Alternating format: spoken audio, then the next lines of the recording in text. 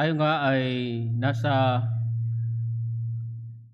panahon muli ng tinatawag na buwan ng mga puso, gaya ng nabanggit na kaninang umaga. At karaniwan na sa ganitong panahon, lalo na sa araw mismo ng tinatawag na araw ng mga puso, and that is February 14, ay nagpapakita o gumagawa ang magsising-irog, sila man ay magkasintahan o magkabiyak ng mga bagay na ikasisiya o ikalulugod ng bawat isa. Marahil pagbibigay ng bulaklak or tsokolate o pagkain sa isang maganda or masarap na restaurant.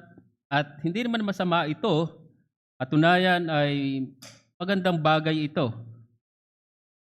At kung ganito sa relasyong pangtao, lalong higit ganito sa ating relasyon sa Diyos. Ang Diyos man ay nagnanais na bigyan siya ng kasiyahan o kaluguran sa ating buhay. Alam niyo, ang ating relasyon sa Diyos ay hindi na tatapos sa kanyang pagliligtas at sa kanyang paglulubos nito hanggang sa kanyang muling pagparito. Sa pagitan nito, ninanais ng Diyos na mamuhay tayo ng kalugod-lugod sa Kanya. Alam natin na ang ating buhay ay nasa gitna ng pagliligtas ng Diyos at sa paglulubos noon.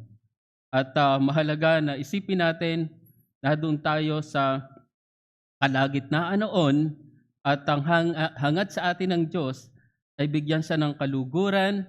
At ito ang tututukan natin sa ating bagong seryeng ito. At kaugnay dito, ang unang mensahe na ating tutunghayan ay may kinalaman sa kabanalan at gaya na rin nabanggit. Samahan niyo kung buksan ang inyong mga Biblia sa unang sulat ni Pablo sa mga taga-Tesalonika. Ang ating pong teksto ay Kabanata 4. Tutunghayan natin ng mula talatang 1 hanggang 8. Unang sulat ni Pablo sa mga taga-Tesalonika, 4 mula talatang 1 hanggang 8. Ayan yung basahin ko pa rin sa Tagalog. Ito po ang sinasabi ng salita ng Diyos. Katapos-tapusan, mga kapatid, inihiling namin sa inyo at nakikiusap kami sa Panginoong Hesus, yamang natutunan ninyo sa amin kung papaano kayo dapat lumakad at magbigay lugod sa Diyos, na tulad na inyong ginagawa ay gayon ang dapat ninyong gawin at higit pa. Sapagkat batid ninyo kung anong mga tagubili ang ibinigay namin sa inyo sa pamamagitan ng Panginoong Hesus. Sapagkat ito ang kalooban ng Diyos, ang inyong pagpapakabanal, na kayo'y umiiwas sa pakikaapid, na ang bawat isa sa inyo'y matutong maging mapagpigil sa kanyang sariling katawan sa pagpapakabanal at karangalan, hindi sa pita ng kahalayan na gaya ng mga hintil na hindi nakakikilala sa Diyos, na sino may huwag magkasala o manlamang sa kanyang kapatid sa bagay na ito, sapagkat ang Panginoon ay tagapaghiganti sa lahat ng mga bagay na ito, gaya ng aming sinabi nung una at ibinababala sa inyo. Sapagkat hindi tayo tinawag ng Diyos para sa karumihan, kundi sa kabanalan. Kaya't ang tumanggi dito ay hindi tao ang tinatanggihan, kundi ang Diyos na nagbibigay sa amin ng Kanyang Espiritu Santo. Ito nga ang unang sulat ni Pablo sa mga taga-Tesalonika. Ito ay naisulat niya ilang buwan pa lamang ang nakararaan matapos niyang iwan ang iglesyang ito. Maalala niyo na dahil sa oposisyon ay kinailangang iwan ni Pablo ang bagong tatag na iglesyang ito. Makikita niyo yan sa Aklat ng Mga Gawa, Kabanata 17. Mula sa Tesalonika, siya ay napilitang dumako sa Berea. So napakabata o napakabago pa ng iglesyang ito, at dahil nga napakabata o napakabago pa ng iglesyang ito, ninais ni Pablo na dalawin o bisitahin ng iglesyang ito Pero ayon na rin sa kanya ay hinadlangan daw sila ni Satanas. Yan ang makikita nyo sa Kabanata 2, talatang 8. At dahil nga hindi mapakali si Pablo, iyon ay dahil sa pagnanais niya na malaman ang kasalukuyang kalalagayan ng batang iglesyang ito, yun ay dahil naman sa kasalukuyang kapighatian na nararanasan nila ng mga tiga Tesalonica ay sinugo niya si Timoteo. Yan ang sinabi sa Kabanata 3, talatang 1 hanggang 2. At sa pamamagitan ni Timoteo, nalaman niya na maayos naman ang kalalagayan ng bagong tatag na iglesyang ito. Pero may kakulangan. At itong nais ni Pablo na i-address sa kanyang sulat na ito, at bahagi nito ay itong kabanata na tutunghayan natin sa buong seryeng ito, at ito yung Kabanata 4. At dito nga makikita natin ang magandang katatayuan o kalalagayan ng iglesyang ito. Ipinakita dito na sila daw ay lumalakad o nagbibigay lugod sa Diyos sa talatang 1. At iyon ay natutunan nila nung kasama pa nila si Pablo at ang kanyang team. Maalala nyo na si Pablo sa ilang panahon ay nanatili sa Tesalonica, at dahil sa panahon na yon ay natutunan nila ang mga bagay na ito. Pero ipinakita din dito ni Pablo na higit pa raw dito ang kanilang gawin. Ibig sabihin, nais ni Pablo na magpatuloy sila dito. Huwag silang tumigil dito. Kumbaga sa paglakad ay magpatuloy sila ng paglakad, at ang layunin niyon ay para sa kalubusan noon, for perfection. Kung sa kasalukuyan sila ay lumalakad at nagbibigay lugod sa Diyos na natutunan nila sa pasimula, ay magpatuloy sila doon hanggang sa iyon ay malubos, at iyon ang buhay Kristiyano. Yan ang inaasahan sa atin, at ito yung hiling at panalangin ni Pablo na mangyari sa mga mananampalatayang ito. At ang unang-una nga sa mga concern dito ni Pablo ay may kinalaman sa kanilang pagpapakabanal. At kaugnay dito, ito yung aking mensahe sa ating pag-uumpisa ng ating serye, ang buhay na kalugod-lugod sa Diyos ay ang buhay na may pagpapakabanal sa kasalukuyan. Ang buhay na kalugod-lugod sa Diyos ay ang buhay na may pagpapakabanal sa kasalukuyan.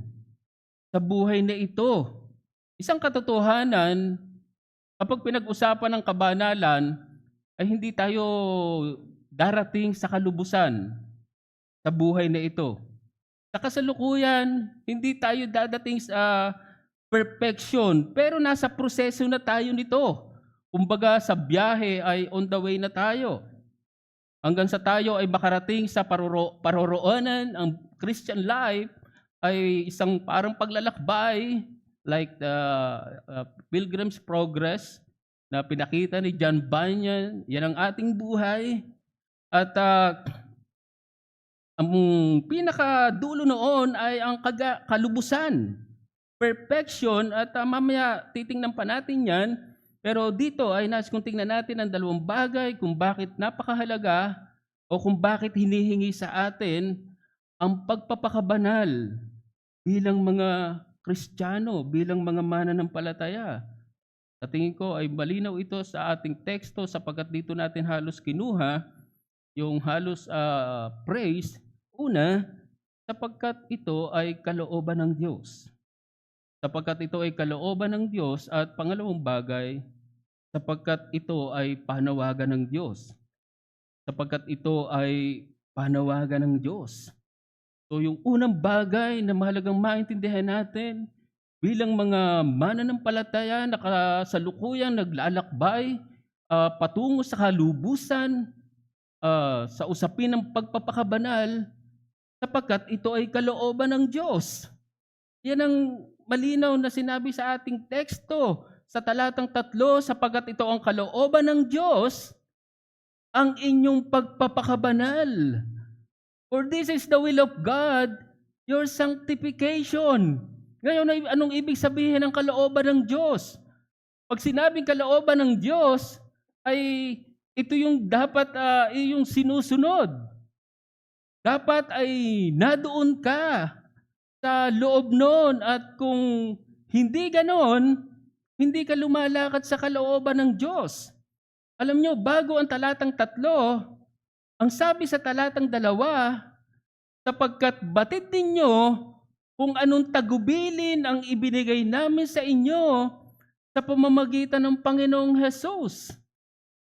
Sa ngayon, si Pablo ay sumusulat, pero ang sinasabi niya ay batid ninyo. Nalalaman ninyo ang aming mga tagubilin sa inyo. Ito yung panahon na kasama nila sina Pablo ng mga tiga Tesalonica.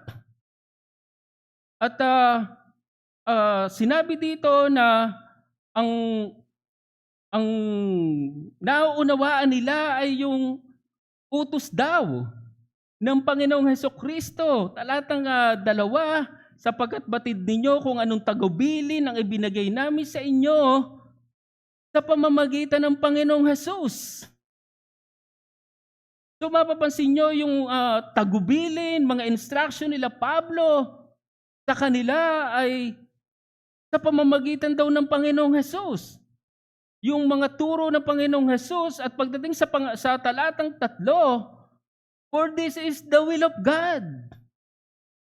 Your sanctification. Ang tinutukoy dyan na utos ni Kristo o kalooban ng Diyos ay ang pagpapakabanal. So ang Kristiyano ay namumuhay ng may pagpapakabanal dahil iyon ang kalooban sa kanya ng Diyos. Dahil iyon ang utos ni Kristo. Hindi pinaghiwalay. Sa pamamagitan ng Panginoong Hesus, ito ang kalooban ng Diyos. At kaugnay dito, ang tinutukoy ni Pablo na may kinalaman sa pagpapakabanal ay inilarawan sa isang kasalanan na dapat iwasan, at iyon ay ang pakikiapid. Sexual immorality. Nagkaroon tayo ng mensahe patungkol dito kamakailan, at natutunan natin na kapag sinabing pakikiapid o sexual immorality, sa Greek ay porneia, ito ay lahat ng uri ng mga gawaing sexual labas sa tali ng kasal, labas sa bond of marriage. At ito ang sinasabi ni Pablo na umiwas daw sila. So mapapansin nyo na bagaman maayos, malusog ang iglesyang ito sa kabuuan, pero may problema sila dito. May problema sila sa usapin ng kabanalan, at yun ang ayon ni Pablo na mangyari sa kanila. Ipinakita dito na ito daw ay gawain ng mga Hentil. Pag pinag-usapan ng pakikiapid, gawain siya ng mga Hentil. Sino yung mga Hentil? Mga taong hindi nakakakilala sa Diyos. Pero sinasabi ni Pablo, hindi kayo ganito. At hindi tayo ganito, mga kapatid. Hindi tayo katulad ng mga Hentil na hindi nakakakilala sa Diyos. Kung ang mga taong hindi nakakakilala sa Diyos ay mga mapakiapid, hindi tayo ganito. Alam nyo, mabigat ang sinasabi dito ni Pablo. Ang sabi ni Pablo sa talatang 4, na ang bawat isa sa inyo'y matutong maging mapagpigil sa kanyang sariling katawan sa pagpapakabanal at karangalan. Hindi ko ba ilalarawan sa mas espesipikong paraan ang sinasabi dyan ni Pablo na ang bawat isa daw, meaning malalaki o mababae, walang exempted doon, ng miyembro ng iglesia, ang sinasabi ay maging mapagpigil sa kanyang sariling katawan. Hindi ko mailalarawan, hindi ko pwedeng ilarawan sapagkat masyadong magiging graphic. Pero sa simpleng pagpapaliwanag lamang, ang gustong sabihin diyan ni Pablo ay, huwag maging kasangkapan ng iyong katawan. Hanggang diyan lang ang pwede kong sabihin. Sa bagay na to, sa kasalanan na to, sa pakikiapid. Kung ang mga Hentil ay mahahalay, namumuhay sa pita ng laman. Ang gusto lamang sabihin ni Pablo, huwag tayong ganito. Sinabi din dito na sino man daw, muli malalaki o babae, ay huwag magkasala o manlamang sa kanyang kapatid. Sa bagay na to. Ngayon, bakit ito'y kasalanan o panlalamang sa kapatid? Ang gusto lamang sabihin ni Pablo, sapagkat meron ka ng asawa.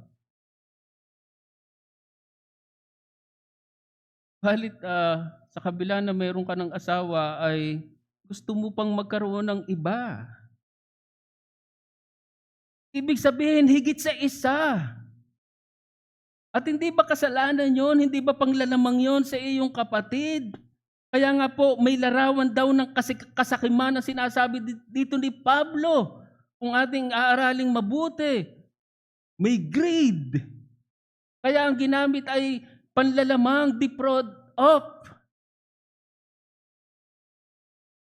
Sapagkat meron ka ng nag-iisang asawa or meron ka ng isa,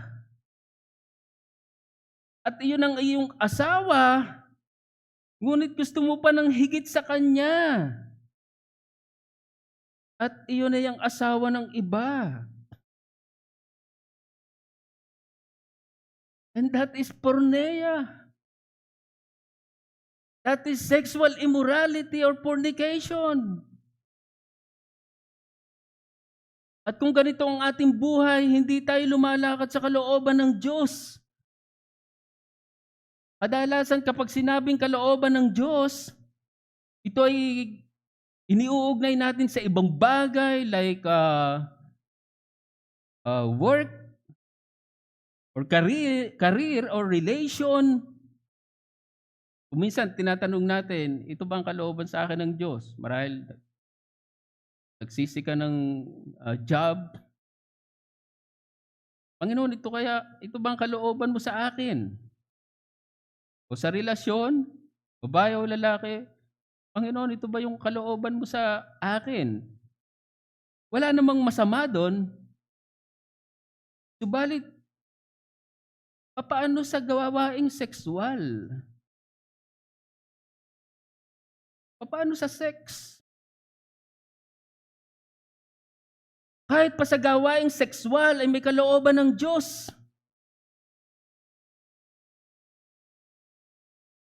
At iyon ay sa pagitan lamang ng mag-asawa. Labas dito ay hindi na kalooban ng Diyos.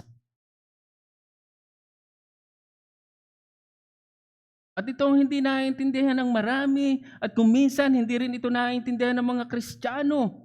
Kung minsan may mga Kristiyano na nahuhulog dito. Isa sa mga pangunahing kasalanan na madalas banggitin ni Pablo sa kanyang sulat na dapat daw nating iwasan at patayin ay ang kasalanan ng pakikiapid. Halos lagi siyang nangunguna. 1 Corinthians 6 verse 18, flee from sexual immorality. Colossians 3 verses 3 to 5, for you have died, and your life is hidden with Christ in God. When Christ, who is your life, appears, then you will also appear with Him in glory. That's our expectation. Isang araw ay dadating ang Panginoong Hesus para isama tayo sa Kanyang kaluwalhatian. Ang sabi ni Pablo, put to death, therefore, what is earthly in you? At ano yung sinabi ni Pablo? Sexual immorality, impurity, etc. and etc. Ang sabi niya sa batang pastor na si Timoteo, in 2 Timothy chapter 2 verse 22, sa unang bahagi, so flee youthful passions or lusts. Plural. Ang dahilan dito ni Pablo ayon sa ating teksto sa ikalawang bahagi ng talatang 6, sapagkat ang Panginoon daw ay tagapaghiganti sa lahat ng mga bagay na ito. Ito mga kapatid. Isipin nyo ang bigat ng sinasabi ni Pablo. Kung iisipin natin dahil tayo ay ligtas na, tayo ay na kay Kristo na, wala na tayong paghahatol. At totoo naman yun. Pero ipinakita pa rin dito na mananagot tayo sa bagay na to. At kung mapapansin nyo ang ating teksto, sa talatang 6, sa ikalawang bahagi pa rin, ito daw ay sinabi at ibinabala na sa kanila nung una. Muli, nung kasama pa nila sina Pablo. At dahil sa report ni Timoteo, bagaman nakita ni Timoteo na maganda ang kalalagayan ng bago o batang iglesia, pero malamang-lamang nakita ni Timoteo may problema sila sa bagay na to. Kaya sabi niya, bagaman marahil kayo lumalakad ng tama, nabibigyan yung lugod ng ang Diyos. Ang sinasabi ni Pablo na inyong ginagawa ngayon, pero higit pa dito ang inyong gawin. At ito yung isang sinasabi ni Pablo patungkol sa kabanalan. At dahil nga may report si Timothy, ngayon ay sinasabi at ibinababala muli sa kanila ni Pablo. So mapapansin nyo kung gaano kaseryoso ang bagay na ito mga kapatid. Kung minsan wala tayong pagseseryoso sa bagay na to, huwag nating isipin na wala tayong paghahatol sa hinaharap. Totoo rin yan, subalit huwag mong gamitin yan para mamuhay ka sa kahalayan. Huwag mong gamitin yan para mamuhay ka sa immoralidad. Sa tingin ko, yan din yung laban ng mensahe kaninang umaga. O ano yung kalooban ng Diyos? Bagaman ang tuon ay pagpapakumbaba, pero yun ang kalooban ng Diyos.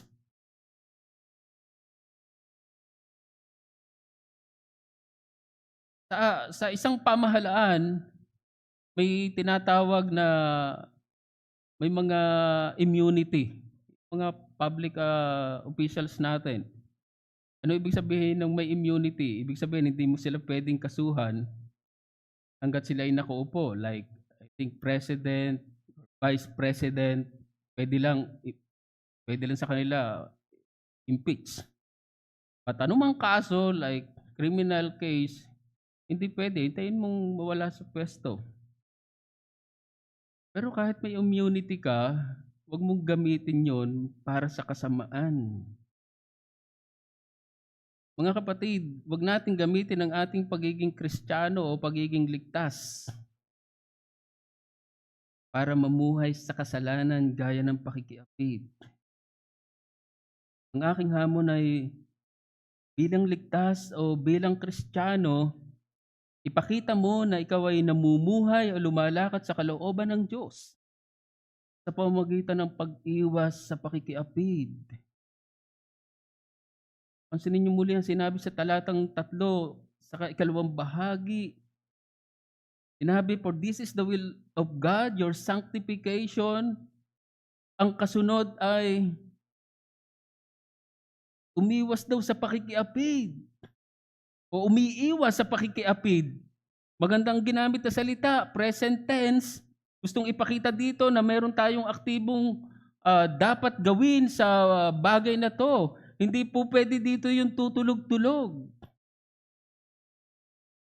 Sapagkat ipinapakita dito na anumang oras pwede tayong mahulog sa bagay na to, sa kasalanan na ito. Kaya pansinin niyo ang sinabi ni Pablo sa Kabanatang 5, talatang 6 patungkol sa paghahanda sa pagdating ng Panginoon. Kaya nga, huwag tayong matulog gaya ng mga iba, kundi tayo manatiling handa at magpakatino. So mapapansin nyo na bagaman tiyak ang ating kaligtasan, sasapiling tayo sa Panginoon sa kanyang muling pagparito, pero bago yon, tayo daw ay manatiling handa. Tayo daw ay magpakatino.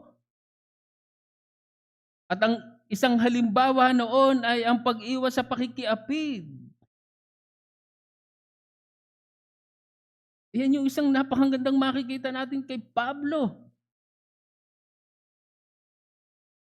Inaasahan nila ang muling pagparito ng bagaman meron silang pagka-ignorante doon, bahagi ito ng ating magiging mensahe sa uli, pero sa Kabanata 5, ipinakita yung mangyayari na pagdating ng Panginoon, pero eto kayo.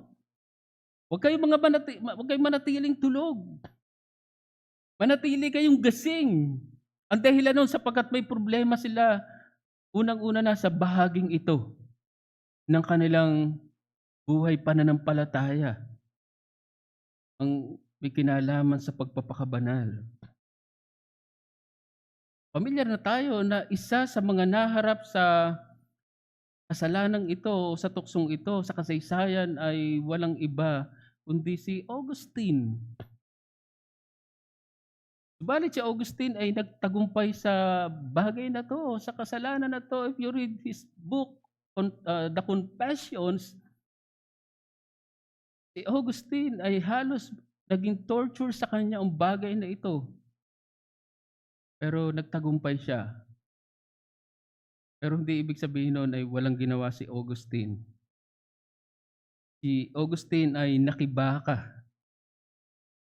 Nilabanan, iniwasan ang kasalanang ito.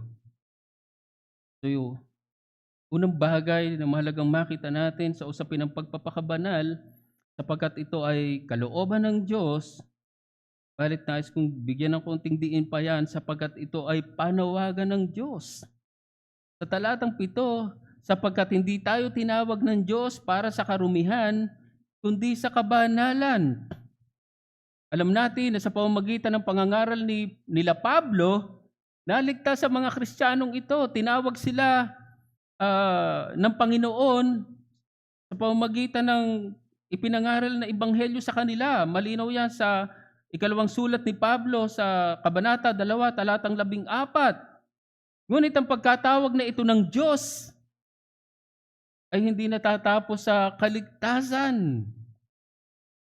Bahagi o pinakadulo nito ay ang kanilang kabanalan. Bagaman wala pa nga sila sa kalubusan o perfection nito, ngunit nasa proseso na sila nito. Yan ang dahilan kung bakit ang salita o ang noun na ginamit ay sanctification.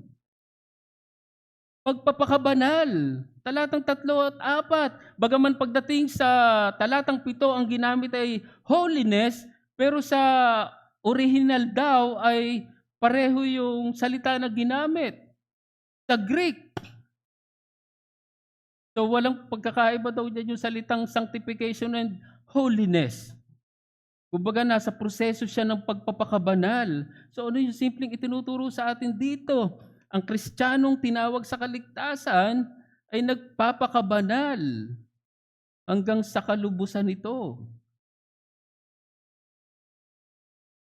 Ang mabigat sa sinasabi pa dito ni Pablo, ang tumanggi daw sa turong ito, hindi daw tao ang tinatanggihan, kundi ang Diyos na nagbibigay sa kanila ng Espiritu Santo. Mga kapatid, napakaganda na gustong sabihin dyan ni Pablo. Gustong sabihin dyan ni Pablo na kung nagkakasala ka o kung nagkukumit ka ng kasalanan ito, ng sexual immorality, sa Diyos mismo ka nagkakasala at ang kasalanan na yon ay ang pagtanggi sa Kanya. Pag-reject, pagbabaliwala sa Diyos. At iyon ay malaking kasalanan sa Diyos Sapagkat ang gusto pang ipakita diyan ni Pablo ay ang Diyos mismo ay nananahan sa atin. Kung ang Diyos ay nananahan sa atin, tapos parang binabaliwala mo, nire-reject mo, hindi ba kasalanan yon? Alam natin na ang banal na Espiritu ay nananahan sa atin. Sa iglesia man, sa kabuuan o maging sa mga individual na Kristiyano. Malinaw yan sa sinabi ni Pablo sa mga tiga-Korinto. Ang sabi ni Pablo sa unang Korinto 3, talatang 16, referring to the whole church, hindi ba ninyo nalalaman na kayo ay templo ng Diyos? At ang Espiritu ng Diyos ay nananahan sa inyo o naninirahan sa inyo. General siya, pero pagdating sa chapter 6, verses 18 to 19, pumapatungkol na sa bawat isang Kristiyano, sa bawat individual na miyembro ng iglesia. Ang sabi ni Pablo, umiwas kayo sa pakikiapid. Bawat kasalanang maaaring gawin ng tao ay nasa labas ng katawan, ngunit ang gumagawa ng pakikiapid ay nagkakasala laban sa kanyang sariling katawan. Hindi natapos si Pablo doon, o hindi ba ninyo nalalaman na inyong katawan ay templo ng Espiritu Santo na nasa inyo? Sa bawat individual na Kristiyano, ang sabi pa ni Pablo na tinanggap ninyo mula sa Diyos.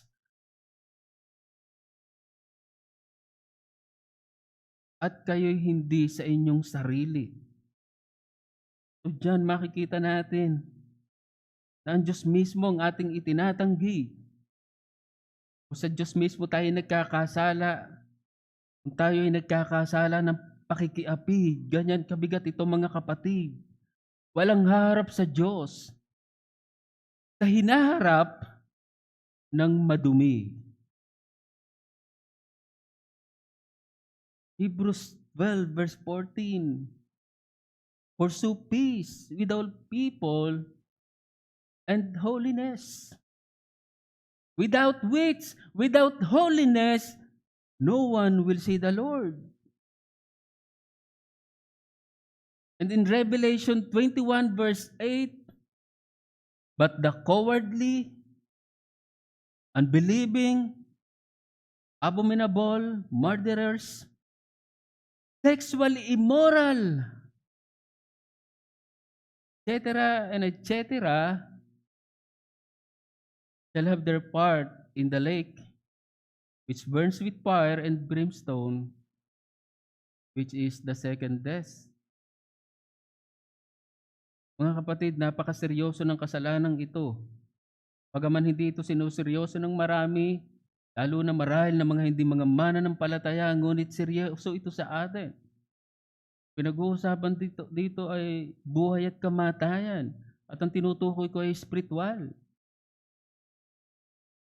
Kaya nais kong tawagin ng pansin ng mga namumuhay dito, ng mga lumalakad dito.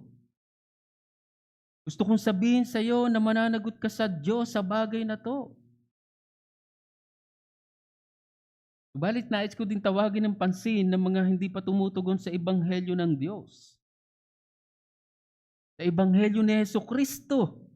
Gusto kong sabihin sa inyo na kayo man ay mananagot sa Diyos kung hindi kayo tumugon sa Kanyang panawagan, kung hindi kayo tumugon sa panawagan ng Ebanghelyo na naririnig mo ngayon. Gusto kong sabihin sa iyo na katulad ka rin ng isang mapakiapid na mapapahamak. Kaya wag mong sabihin na hindi naman ako mapakiapid, hindi ako mapapahamak, hindi. Kung ang mga taga-Tesalonikang ito ay hindi tumugon sa Ebanghelyo na ipinangaral ni Pablo noon, sila man ay mapapahamak, sila man ay magiging katulad ng isang mapakiapid na mapapahamak. Kaya sa inyo na mga kasama namin ngayon, ang aming apela at pagsusumamo sa inyo ay tumugon kayo sa panawagan ng ebanghelyo at muli sa ebanghelyo na naririnig niyo ngayon. Ngunit sa iyo na ligtas na tumugon na sa ebanghelyo ni Jesucristo, ang hamon ay o minsan pang paalala ay huwag kang papakiapid. Pamilyar tayo sa 'pag sinabing hybrid. Anong ibig sabihin ng hybrid? Ito ay dalawang bagay na pinagsama o pinaghalo like yung meron tayo ngayon sa worship, may on-site, may online, hybrid siya. Pero alam niyo pagdating sa usaping Kristiyano, hindi po puwede ang hybrid. Hindi po puwedeng ligtas ka, pero mapakiapid ka. Hindi siya mangyayari. Ang hamon ko ay bilang tinawag sa kabanalan at hindi sa karumihan, umuhay ka na pinapangunahan ng Espiritu Santo. Espiritu Santo na nananahan sa'yo. Ang sabi ng Galatia 5 talatang 22, subalit ang bunga ng Espiritu ay pag-ibig, kagalakan, kapayapaan, etc. Yan ang bunga ng Espiritu, hindi pakikiapid. Ang pakikiapid ay gawa ng laman. Kabaligtaran sa gawa ng Espiritu. At yan ang sinabi bago ang talatang 22 sa talatang 19 hanggang 21, sinabi diyan ang mga gawa ng laman. Ano ang sinabi sa kauna-unahan? Anong kasalanan? Ngayon ay hayag ang mga gawa ng laman. Ang mga ito ay pakikiapid, karumihan, kahalayan. Mga kapatid, hindi tayo dito tinawag. Tinawag tayo sa kabanalan, sa proseso ng pagpapakabanal, at ito ang inaasahan sa atin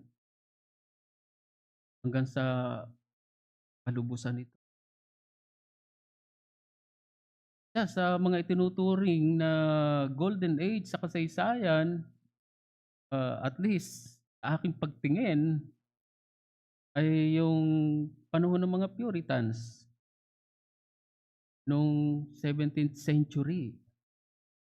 At alam natin kung saan nagmula ang salitang Puritans.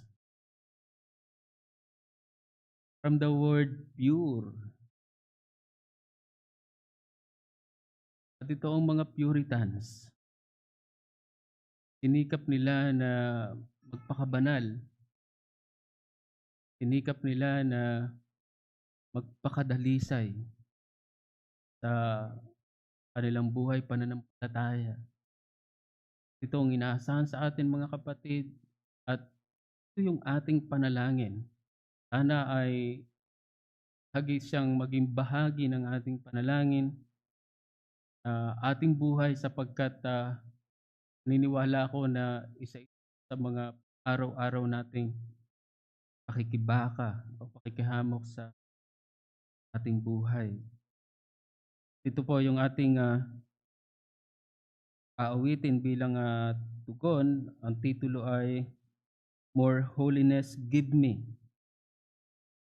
Sabi sa third stanza, more purity give me. More strength to overcome, more freedom from earth's stains, more longing for home, more fit for the kingdom, more used would I be, more blessed and holy, more Savior like thee. In response, let's sing, more holiness, give me. Pakas po tayo sa panalangin, mga kapatid. Dakila naming Diyos, aming mabuti at mahabaging Ama. Minsan pa, nagpapasalamat kami sa iyo sa iyong salita. Patuloy na pumupukaw ng aming mga damdamin. Nagpapaalala ng iyong kalooban sa aming mga buhay. Panginoon, salamat sa paalala na ang kalooban niyo sa amin, kami magpakabanal sa buhay na to, na sa kabila ng maraming mga pakikihamok, kasalanan ay inanais nyo na kami ay lumayo, umiwas dito, sapagkat hindi nyo kami tinawag sa karumihan, kundi sa kabanalan. Salamat, Panginoon, sa mga bagay na to, Panginoon. Kinikilala namin ang aming mga kahinaan. Kami patuloy na nahuhulog sa kasalanan at kahit pa sa kasalanan ng pakikiapig. Merong mga anak nyo na nahuhulog dito. Humingi kami ng iyong awa, O Diyos, at gaya ng aming inawit, ay kami lalo inyong pakabanalin. Maraming aspeto ng aming buhay, tunay na napakahirap para sa amin ang magpakalago, lalo na sa usapin ng kabanalan. Kaya nakita namin na kahit si Pablo ay ito yung kanyang pangunahin na inaddress, pinaalala sa iglesia ng Thessalonica. Panginoon, naway tulungan niyo kami na pagtagumpayan ang bagay na ito. Kaya salamat at meron kaming liwanag ng iyong salita. Tulungan niyo kami na maging masunurin sa iyong salita, utos ng aming Panginoong Jesucristo. Maging ang aming mga kasama ngayon na marahil wala pang kaugnayan sa iyo, sana, Panginoon, ay sila'y magpasya na tumugon sa panawagan ng Ebanghelyo na kanilang naririnig ngayon. Mahabag ka sa kanila, Panginoon, at gaya sana ng mga tiga Thessalonica na tumugon sa pangangaral ng Ebanghelyo nila Pablo. Sana may isang kaluluwa sa mga oras na to na ganun ang maging tugon. Salamat sa iyo, Panginoon, kung magpala sa bawat isa sa amin, kung magpala sa iyong iglesia. Ito ang aming panalangin sa pangalan ng aming Panginoong Jesus. Amen.